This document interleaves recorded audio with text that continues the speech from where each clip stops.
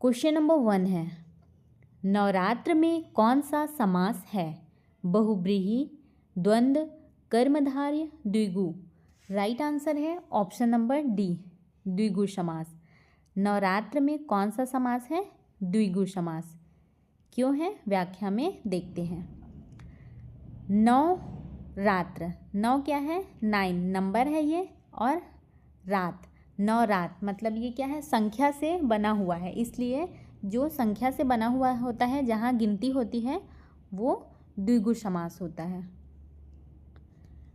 Question number 4 है, उल्लास का संधि विच्छेद है? उत प्लस लास, उल, यहाँ पे हलंत लगा हुआ है, प्लस लास, उल्लास, उ अधला ल प्लस क्या दिया हुआ है? आस दिया हुआ है। तो इसमें से करेक्ट कौन सा है? ऑप्शन नंबर ए, उत प्लस लास। ये उत, ये हलंत, ये लल ता में जो लगा हुआ है, ये क्या बनता है? यहाँ पे लास दिया हुआ है, और ये आधा ला का काम करता है। उ प्लस उ अधला लास, उल्लास। इस कारण उत प्लस लास, ये उल्लास का सही संधि विच्छेद है। यहाँ देखते हैं, ये ता प्लस ला क्या हुआ? आधा ला हो जाता है, इस कारण ये उल्लास का सही संधि विच्छेद है। उत जुड़ते ही अगला अक्षर दोहरा, आधा ला और लास ऐसे हुआ है, इसलिए उत प्लस लास, ये उल्लास का सही संधि विच्छेद है। क्वेश्चन नंबर 3 है, जो अच्छे कुल में पैदा हुआ हो कहलाता है? कुलीन, संस्कारी, सर्वज्ञ, बहुज्ञ। राइट आंसर है इसका ऑप्शन नंबर ए, क्या है? कुलीन। जो अच्छे कुल में पैदा हुआ हो क्या कहलाता है? कुलीन। कुल से ही कुलीन, ऐसे याद रख सकते हैं। कुल प्लस इन क्या है? अच्छे कुल का व्यक्ति। ये ट्रिक दिया हुआ है, कुल वाला मतलब कुलीन, ऐसे याद रख सकते हैं अपने तरीके से कैसे भी। उत्कृष्ट का विलोम है?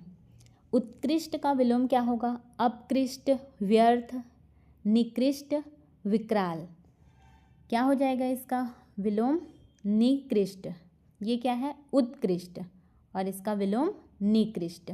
अपकृष्ट नहीं होगा, निकृष्ट होगा। उत्कृष्ट मतलब क्या होता है? बहुत अच्छा, और निकृष्ट क्या होता है? निकृष्ट मतलब बहुत खराब। तो विलोम पूछा था, इसलिए उत्कृष्ट का निकृष्ट। उत्कृष्ट ऊपर और निकृष्ट नीचे, ये याद रखने के लिए है। उत्कृष्ट का निकृष्ट याद रखना है। क्वेश्चन नंबर 5 है, लुटेरा में प्रत्यय है? ई, एरा, आरा, लू। क्या है इसमें प्रत्यय? एरा। लू टेरा बोल रहे हैं, तो पूरा सुनाई दे रहा है स्पष्ट रूप से एरा, तो लुटेरा में प्रत्यय है पूछेगा तो एरा। लुट प्लस एरा, इसी से क्या बना है? लुटेरा। तो प्रत्यय है एरा, काम करने वाला एरा। ये तो लुट प्लस एरा, लुटेरा, इसमें से स्पष्ट हो रहे हैं। क्वेश्चन नंबर 6 है, सौभाग्य का तद्भव है? तद्भव पूछा है। सुभाग, सुहाग, भाग्यवान, सुभागा। राइट आंसर है इसका ऑप्शन नंबर बी, क्या है? सुहाग। सौभाग्य का तद्भव रूप क्या है? सुहाग। सौभाग्य का बोलचाल रूप क्या है? सुहाग। ये ट्रिक याद रखने का। क्वेश्चन नंबर 7 है, एक संयुक्त स्वर है? संयुक्त स्वर पूछा है, तो आ, ये क्या है? स्वर है। आ, ये भी स्वर है। औ क्या है? संयुक्त स्वर है, और ये स्वर है, तो इसमें से एक संयुक्त स्वर पूछा है, तो क्या हो जाएगा? औ। ये दो स्वरों से मिलकर बना है, इसलिए संयुक्त स्वर हो रहा है औ। अ प्लस उ, औ किससे बना है? अ प्लस, ये दो स्वर से मिलके बना है, इसलिए ये क्या है? संयुक्त स्वर है। क्वेश्चन नंबर 8 है, तुम, वह और मैं जाएंगे, यह वाक्य है? एक वचन, द्विवचन, बहुवचन, कोई नहीं। तो ये कौन सा वचन है? बहुवचन।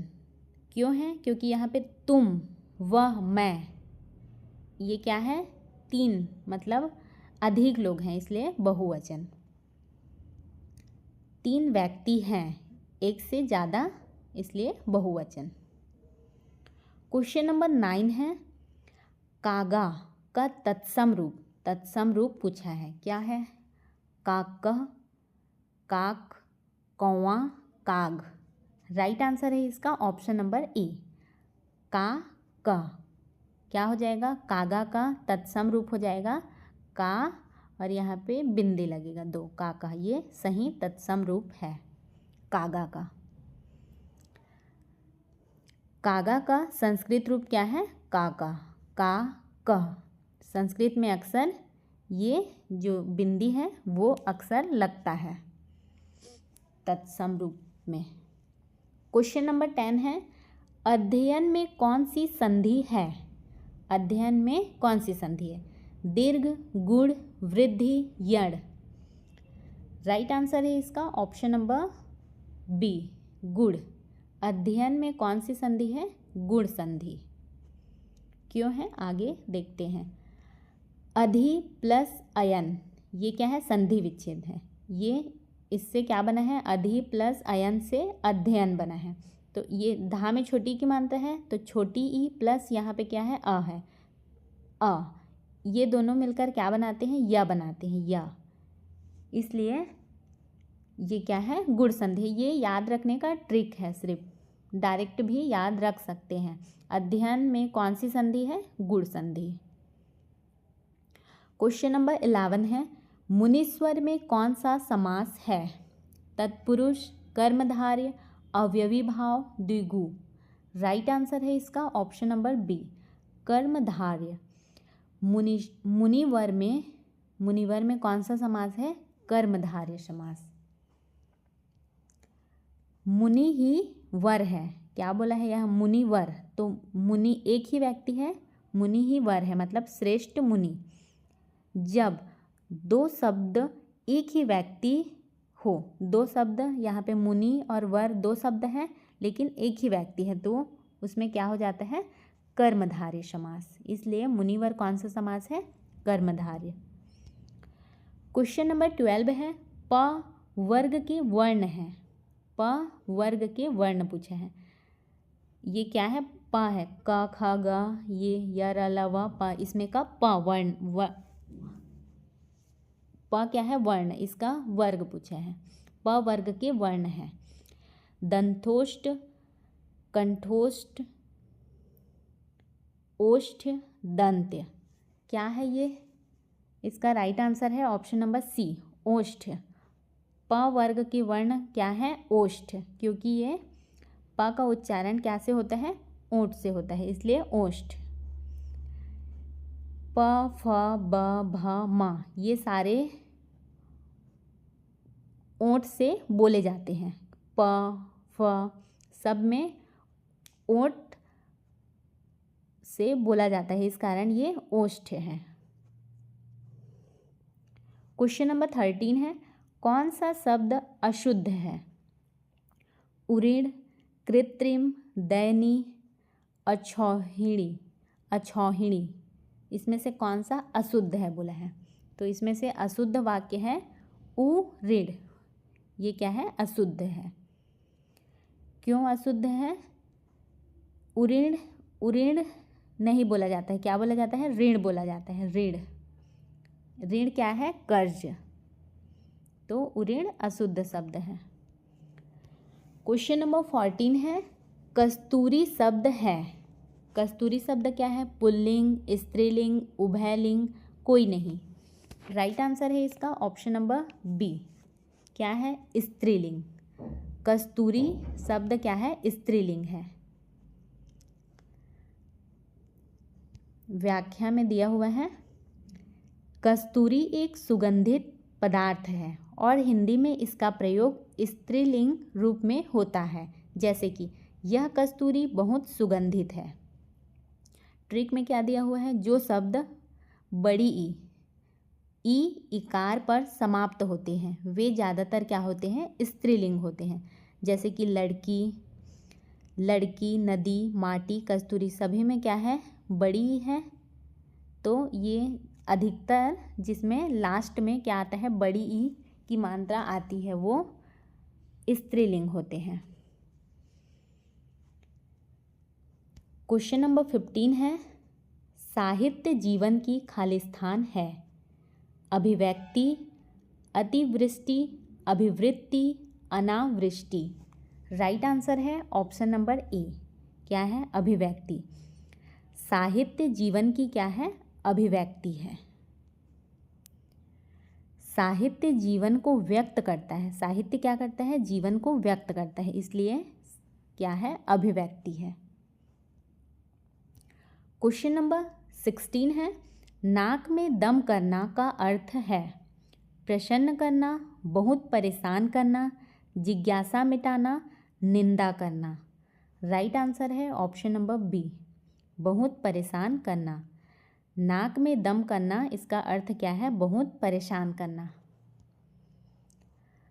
बार बार परेशान करने की स्थिति, जैसे कि वहाँ पे क्या बोला है, नाक बंद, यहाँ यहीं से स्पष्ट हो रहा है नाक में दम करना। ये दम, नाक में, ये सब क्या के लिए यूज़ किया जाता है, परेशान के लिए, इसलिए बहुत परेशान करना। क्वेश्चन नंबर 17 है, उज्जैनी में उपसर्ग है, उपसर्ग पूछा है, उप, अप, उ, उत। राइट आंसर है इसका ऑप्शन नंबर सी, उ। उज्जैनी में कौन सा उपसर्ग है, उ उपसर्ग, उ, छोटू उ प्लस जैनी, इससे क्या बना है, उज्जैनी। तो यहाँ पे क्या पूछा था, उपसर्ग, तो उ प्लस क्या से बना है, उ प्लस जैनी से उज्जैनी बना है, तो ये उपसर्ग उ हो गया। क्वेश्चन नंबर 18 है, आकाश गंगा का पर्यायवाची मंदाकिनी, सुर नदी, स्वर्ग नदी, ये सभी। इसका राइट आंसर है ऑप्शन नंबर डी, ये सभी। आकाश गंगा का पर्यायवाची पूछा है, तो क्या क्या है इसका, मंदाग्नि, सुर नदी, स्वर्ग नदी, ये सभी क्या हैं, आकाश गंगा के पर्यायवाची हैं। मंदाकिनी, सुर नदी और स्वर्ग नदी तीनों इसके नाम हैं। किसके नाम हैं, आकाश गंगा के।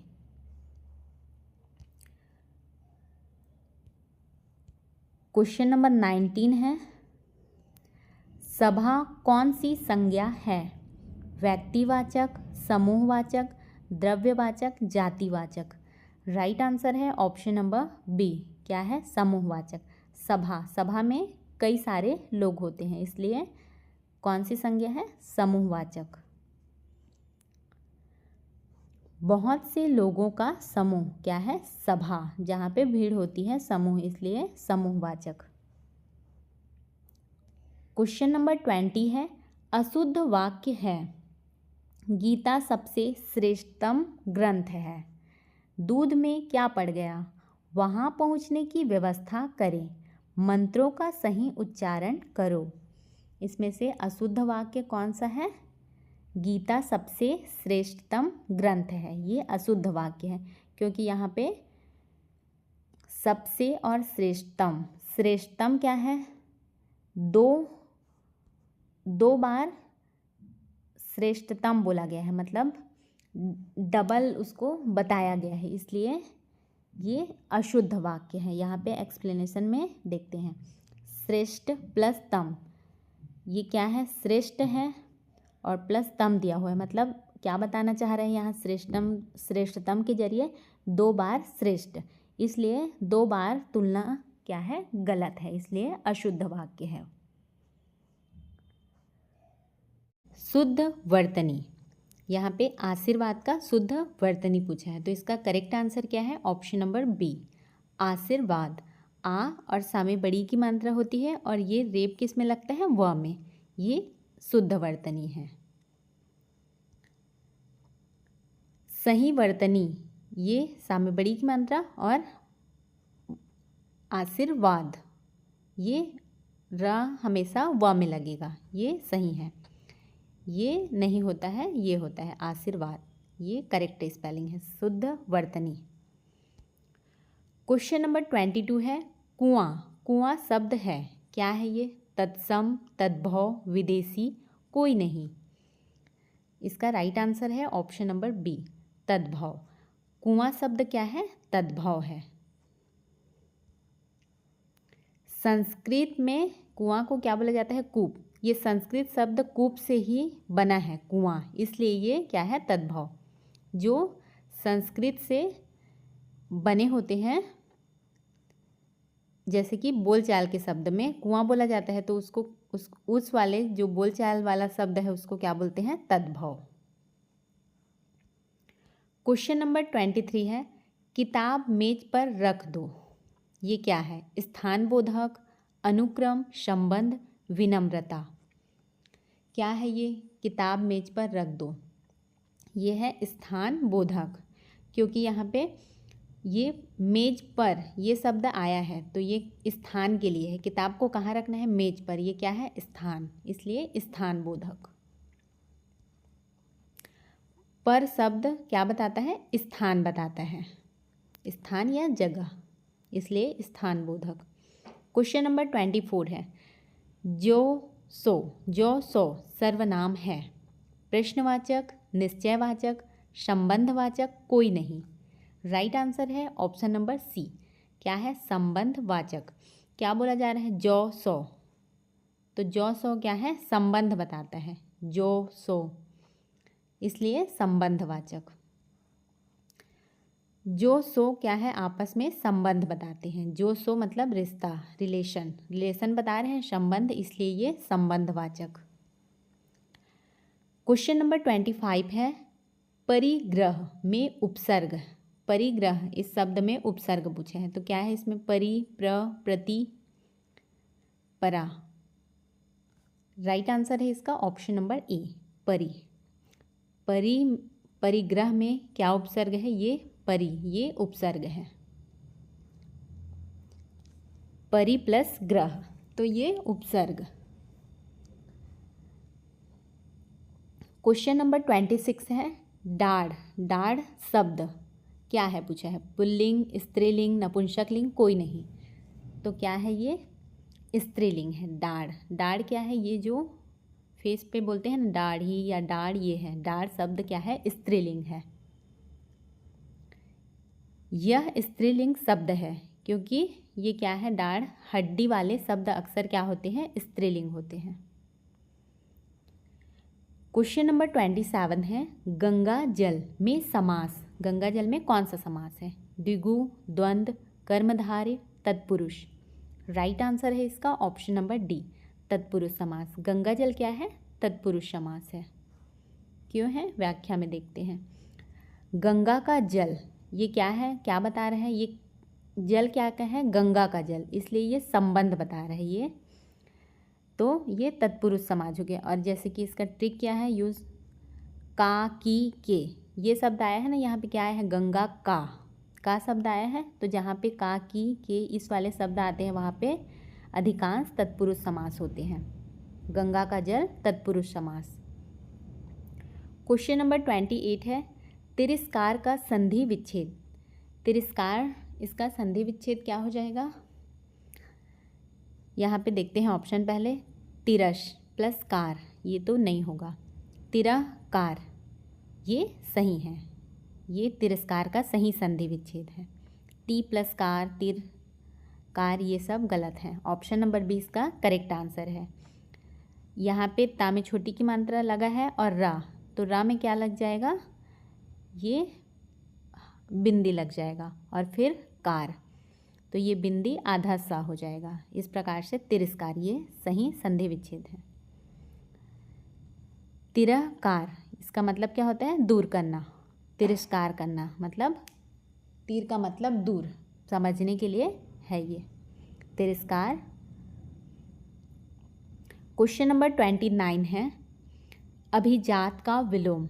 अभिजात, इसका विलोम पूछा है, तो कुलीन, सामान्य, अकुलीन, वंचित। क्या हो जाएगा इसका सही संधि विच्छेद? अकुलीन होगा, क्योंकि अभिजात ये कुलीन, अभिजात मतलब कुलीन होता है। तो इसका विलोम पूछा है, इसलिए क्या हो जाएगा, अकुलीन। अभिजात क्या होता है इसका मीनिंग, कुलीन, तो विलोम पूछा है इसलिए अकुलीन। अ का उल्टा बोल रहे हैं यहाँ पे, कुलीन का अकुलीन। क्वेश्चन नंबर 30 है, बहुत दान देने वाला, दानी, औढ़र दानी, दीनदयाल, दानवीर। राइट आंसर है ऑप्शन नंबर डी, दानवीर। बहुत दान देने वाला को क्या बोलेंगे, दानवीर। बहुत दान देने वाला क्या होता है, दानवीर। वीर मतलब यहाँ पे क्या से याद रख सकते हैं, वीर मतलब बहुत ज़्यादा, इसलिए दानवीर। बहुत देने वाला, बहुत मतलब वीर, दानवीर। क्वेश्चन नंबर 31 है, तुरंत कविता करने वाला, महाकवि, आंसू कवि, कविस, कविराज। राइट आंसर है इसका ऑप्शन नंबर बी, आशु कवि। तुरंत कविता करने वाला को क्या बोलते हैं, आंसू कवि। मतलब ये तुरंत कविता बना के बोलते हैं आशु कवि। आंसू मतलब क्या होता है, तुरंत, तो तुरंत कविता बनाने वाला को आशु कवि कहेंगे। आंसू फटाफट मतलब तुरंत बनाकर बोलते हैं, इसलिए आशु कवि। क्वेश्चन नंबर 32 है, शुद्ध वाक्य, यह गाय का असली दूध है, यह असली गाय का दूध है, यह दूध गाय का असली है, दूध असली गाय की यही है। तो ये तो एकदम से रॉन्ग है। ये सी नंबर क्या है, ये भी रॉन्ग है। यहाँ पे इसका करेक्ट आंसर है ऑप्शन नंबर बी, यह असली गाय का दूध है। यहाँ पे विशेषण क्या है, असली। असली तो ये पहले आता है, वो वाक्य शुद्ध होता है, शुद्ध वाक्य है। और यहाँ पे क्या हुआ है, असली बाद में आया है, गाय पहले आया है, इसलिए ऑप्शन नंबर बी करेक्ट है, यह असली गाय का दूध है। विशेषण पहले आता है, इसलिए यह वाक्य सही है। पहले गुड़ आता है और बाद में वस्तु। यहाँ पे आया है पहले गुड़ आया है, बाद में क्या आया है, गाय का दूध। और यहाँ पे गाय पहले आ गया है और ये बाद में, इसलिए ये गलत है और बी नंबर सही है। विशेषण पहले आएगा, उसके बाद वस्तु। क्वेश्चन नंबर 33 है, हिंदी का अपना उपसर्ग, अति, उन, हेड, गैर। क्या हो जाएगा इसका correct answer, option number b, उन। हिंदी का अपना उपसर्ग क्या है, उन। उन हिंदी का अपना उपसर्ग है। उन्नति, उन्मान, ये ट्रिक है याद रखने का, उन हिंदी का अपना उपसर्ग है। क्वेश्चन नंबर 34 है, हिंदी में व्यंजन 20, 25, 30, 33 कितने हैं, 33। हिंदी में व्यंजन है 33। क से ह तक कुल 33। क्वेश्चन नंबर 35 है, कहाँ जा सकता है, विशेषण, सर्वनाम, क्रियापद बंध, क्रिया विशेषण। क्या है ये है क्रियापद बंध। कहाँ जा सकता है क्या है, क्रियापद बंध। व्याख्या देखते हैं, जा सकता है बोल रहे हैं, ये क्या है, क्रिया है, इसलिए क्रियापद बंध है ये। क्वेश्चन नंबर 36 है, तद्भव शब्द, हास, लोक, हस्ती, सूर्य। क्या है इसमें से तद्भव शब्द, लोक। लोक क्या है, बोलचाल भाषा है, जो बोलचाल भाषा होता है वो क्या होता है, तद्भव। तो लोक क्या है, तद्भव शब्द पूछा है तो तद्भव शब्द है लोग। बोलचाल का शब्द है इसलिए तद्भव। क्वेश्चन नंबर 37 है, नील गगन का समास। नील गगन का समास क्या है, द्विगु, अवयवी भाव, कर्मधारय, कोई नहीं।